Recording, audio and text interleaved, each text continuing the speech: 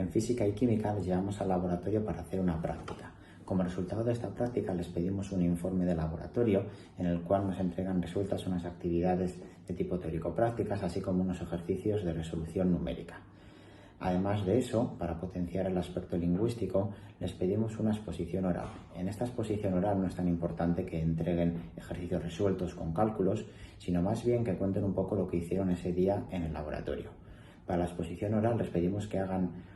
un guión, el cual se corrige en dos partes. La parte lingüística lo corrige la profesora de inglés y la parte más científica, de física y química, la corregimos nosotros. Una vez que los alumnos han tenido ese guión corregido por los dos profesores, son capaces ya de realizar la presentación oral definitiva.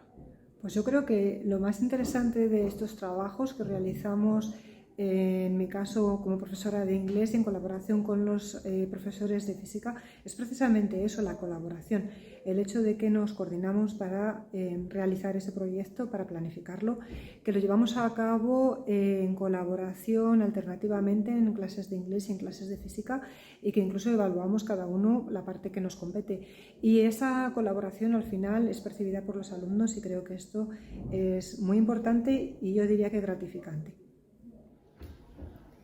Bueno, hoy os vamos a hablar un poco de nuestra experiencia personal a la hora de trabajar en conjunto dos asignaturas, en este caso inglés y física y química. Nosotros lo que hemos estado haciendo son unos experimentos por la parte de física y química, y después hemos trabajado un guión para explicar y después exponer la presentación del experimento en inglés.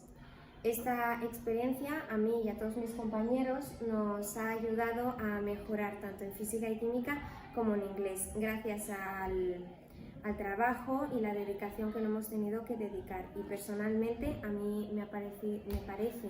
una idea y una manera muy interesante y muy buena de trabajar. A mí el hecho de hacer los experimentos por parte de física y química me ha parecido una manera muy buena de poner en práctica los conceptos que dábamos en la materia, y luego el hecho de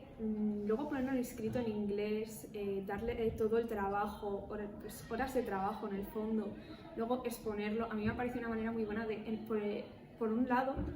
mejorar ese inglés, y por otro lado acabar como sintetizando los conceptos de física y química. Me ha parecido muy buena